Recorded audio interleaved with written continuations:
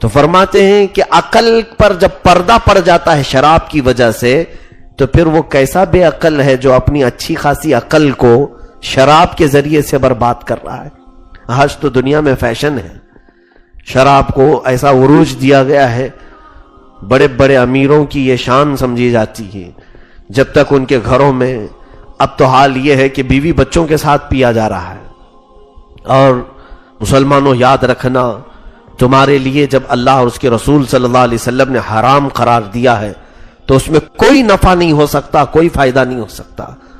شراب کو بھول سے بھی ہاتھ نہ لگائیں, ورنہ قیامت کے دن کے متعلق حدیثوں میں ملتا ہے کہ جہنمیوں کا یا مجرمین کا جو قیامت کے دن سڑے ہوں گے, گلے ہوں گے, ان کا پیپ نکال کر کے شرابیوں کو پلایا جائے گا کہ یہ شراب پیتے تھے, دنیا میں مزے لیتے تھے, اب آج یہاں یہ پیو. اور وہ بھی ایک روایت میں ہے کہ مائے حمیم بھی انہیں دیا جائے گا, کفار و مشرکین کو بھی اور شراب پینے والوں کو بھی. مائے حمیم وہ ہے کہ تم اگر اس کھولتے ہوئے گرم پانی کو صرف منہ کے قریب کرو گے تو اس کی بھاپ سے ہونٹ نیچے کا لٹک کر زمین تک چلا جائے گا. اتنا کھولتا ہوا گرم پانی انہیں دیا جائے گا پینے کے لیے. اس نحوست سے بہت دور رہو, بہت دور رہو. بلکہ رسول پاک صلی اللہ علیہ وسلم نے شراب سے متعلق جتنے لوگ ہیں سب پر لعنت فرمائی. شراب کے لیے انگور نچوڑنے والا اس پر بھی لعنت ہے, شراب اٹھا کر کے لانے والا اس پر بھی لعنت ہے, شراب بیچنے والا اس پر بھی لعنت ہے, شراب کی خرید و فروخت کسی کتاب میں لکھنے والا اس پر بھی لعنت ہے. شراب خریدنے والا, بیچنے والا, پینے والا سب اس گناہ میں مبتلا ہیں. 10 قسم کے لوگ جو شراب سے متعلق ہیں, ریلیٹڈ ہیں, ان سب پر اللہ اور اس کے رسول کی لعنت آئی ہے. یہ مسلمانوں کا شیوا ہو ہی نہیں سکتا, یہ مسلمانوں کا طور طریقے ہو ہی نہیں سکتے. صدیق اکبر رضی اللہ تعالیٰ عنہ فرماتے ہیں اسلام لانے سے پہلے بھی کبھی بھی میں نے شراب کو ہاتھ نہیں لگایا. 2 خاصیتیں آپ کی تھیں. یہاں سے ایک بات پتہ چلتی ہے, کسی نے سوال کیا تھا مجھ سے کہ کچھ ایسے لوگ جن تک کوئی نبی پہنچے نہ ہو, جن تک کوئی عالم پہنچے نہ ہو, ایسا کوئی گاؤں, ایسا کوئی شہر ہو اور وہ اسلام نہیں لائے اور وہ اللہ اور اس کے رسول کو نہیں پہچانے, تو ان کے ساتھ کیا معاملہ ہوگا. پہلی بات تو یہ ہے کہ اللہ نے ایسا کوئی خطہ اور ایسی کوئی جگہ رکھی نہیں جہاں حق کی دعوت پہنچی نہ ہو, کوئی ایسی جگہ رہی نہیں.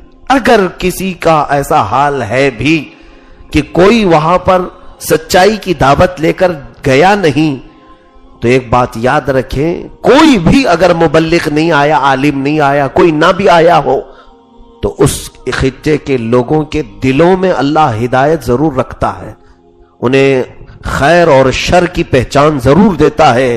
اب مجھے بتاؤ 550 سال سے کوئی نبی مکہ میں نہیں آئے تھے, مکہ کیا پوری دنیا میں کوئی نبی نہیں آئے تھے. 550 سال کا عرصہ معمولی ہوتا ہے؟ 550 سال کی اتنی بڑی مدت گزر گئی, کوئی نبی نہیں آئے تھے دنیا میں. سیدھے حضرت عیسیٰ علیہ السلام کے بعد میرے آقا صلی اللہ علیہ وسلم پیدا ہوئے, اور حضور اکرم صلی اللہ تعالی علیہ وسلم اور حضرت عیسیٰ علیہ السلام کے بیچ کا جو عرصہ ہے اس کو زمانہ فترت کہتے ہیں. کیا وہ سارے لوگ جہنم میں جائیں گے؟ ان کے پاس تو کوئی نبی تھا نہیں. کیا وہ سارے لوگ کفر کرتے تھے؟ نہیں میرے عزیزوں, ان میں بیشتر لوگ ایسے تھے جو ایک خدا کی عبادت کرتے تھے.